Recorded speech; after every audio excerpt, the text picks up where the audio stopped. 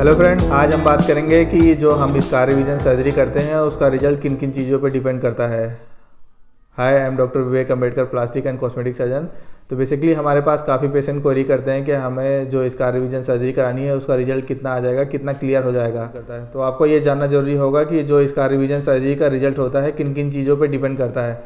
तो पहले ये जान लीजिए कि इसका रिवीजन होता क्या है। स्कार जो होता है बेसिकली अगर लीनियर स्कार है कहीं फेस पे, फोर आर्म पे, हैंड पे या थाई पे कहीं भी है तो उसको हम इलेक्ट्रिकल इंसिजन देके वो जो ख़राब वाली चमड़ी है उसको निकाल देते हैं, फिर से उसमें नए टाँके भर देते हैं। तो अब बात आती है कि रिजल्ट किन किन चीज़ों पे डिपेंड करता है, क्योंकि काफ़ी पेशेंट हमसे क्वेरी करते हैं कि इसका रिवीजन सर्जरी का रिजल्ट कितना आ जाएगा और कितने % तक सुधार हो जाएगा। तो यह वीडियो उन्हीं लोगों के लिए है। जो पहला मुख्य चीज़ आपको ये देखना है कि इसका रिवीजन जो सर्जरी कराने के बारे में सोच रहे हैं वो सर्जरी कराएं किससे। अगर आप प्लास्टिक सर्जन से कराएंगे तो रिजल्ट डेफिनेटली अच्छा ही आएगा, क्योंकि वो लोग कॉस्मेटिक सर्जरी के लिए एक्सपर्ट होते हैं और उसकी ट्रेनिंग होती है। तो पहला आपको ये देखना है कि जो स्कार रिवीजन सर्जरी कराएं वो प्लास्टिक सर्जन से कराएं, क्योंकि अगर कोई किसी अन्य सर्जन से कराएंगे तो ये सर्जरी करना आसान होता है, पर क्योंकि इसमें रिजल्ट उतना अच्छा आता नहीं है तो इसलिए लोगों को लगता है कि रिजल्ट आएगा नहीं, कितना आएगा। तो अगर प्लास्टिक सर्जन से कराएंगे तो डेफिनेटली उन लोगों का एक्सपीरियंस ज़्यादा अच्छा होता है और ज़्यादा अच्छा रिजल्ट आता है।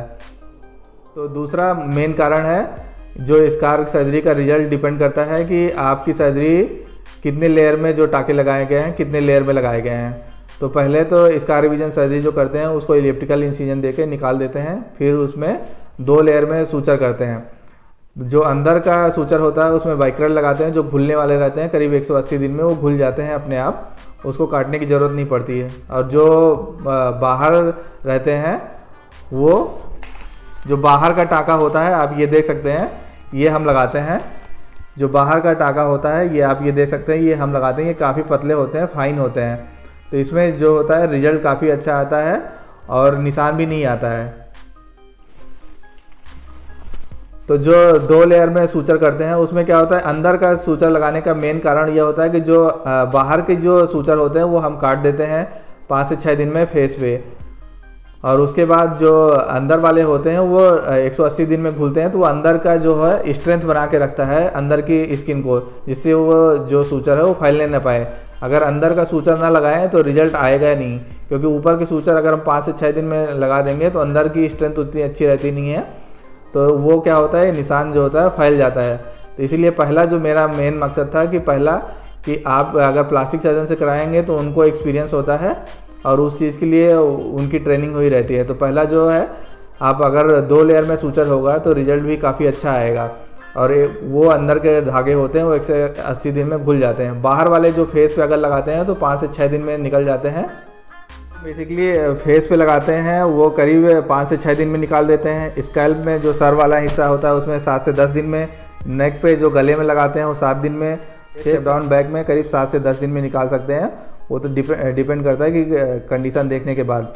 आर्म बैक हैंड में 7 डेज़ में, लेग एंड फीट पे करीब 10 से 15 दिन के बीच में निकालते हैं, और पाम सोल फिंगर में करीब 12 से 14 दिन के बीच में निकाल सकते हैं। तो जो फेस के टाँके होते हैं करीब 5 से 6 दिन में निकाल देना चाहिए, क्योंकि उसके बाद अगर ज़्यादा दिन तक लगे रहे तो जो सूचर मार्क है उसके भी निशान आते हैं।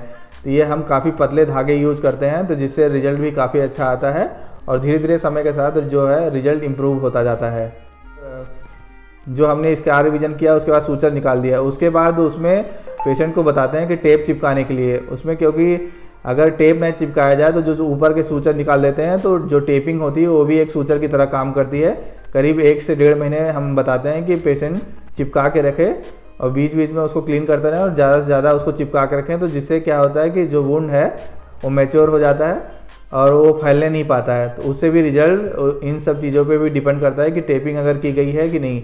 अगर टेप ना चिपकाया जाए तो क्या होता है कि अपोजिट फोर्स होता है तो वो फैला देता है, तो जिससे क्या होता है कि वुंड जो होता है वो फैल जाता है। तो उसके ऊपर भी डिपेंड करता है कि आपका रिजल्ट कैसा आएगा। और 5वां जो मुख्य कारण है कि उसके बाद 1 महीने के बाद करीब हम क्रीम बताते हैं, जिससे स्कार का जो रिजल्ट है वो धीरे धीरे आप लगाते जाएंगे राउंडेड शेप में, गोल गोल। तो उससे क्या होगा कि आपको ऐसा नहीं लगाना है, आपको अगर राउंड लगाएंगे तो वो स्कार को, अगर आपको ये देखना है कि स्कार का जो है, अगर लीनियर स्कार है जैसे आप देख सकते हैं तो उसमें ऐसा नहीं लगता। क्या होता है कि अगर इसकी इरिटेट करेंगे तो ये स्टिमुलेट होता है। तो आपको राउंड राउंड सर्कल में इस कार के ऊपर जो है क्रीम लगाना है, तो जिससे 5 से 6 महीने में धीरे धीरे इम्प्रूवमेंट आता जाता है और रिजल्ट समय के साथ काफ़ी अच्छा हो जाता है। छठा ये है कि आप धूप में जाने से बचें, क्योंकि अगर सन एक्सपोजर होगा तो जो स्कार है वो काला पड़ सकता है।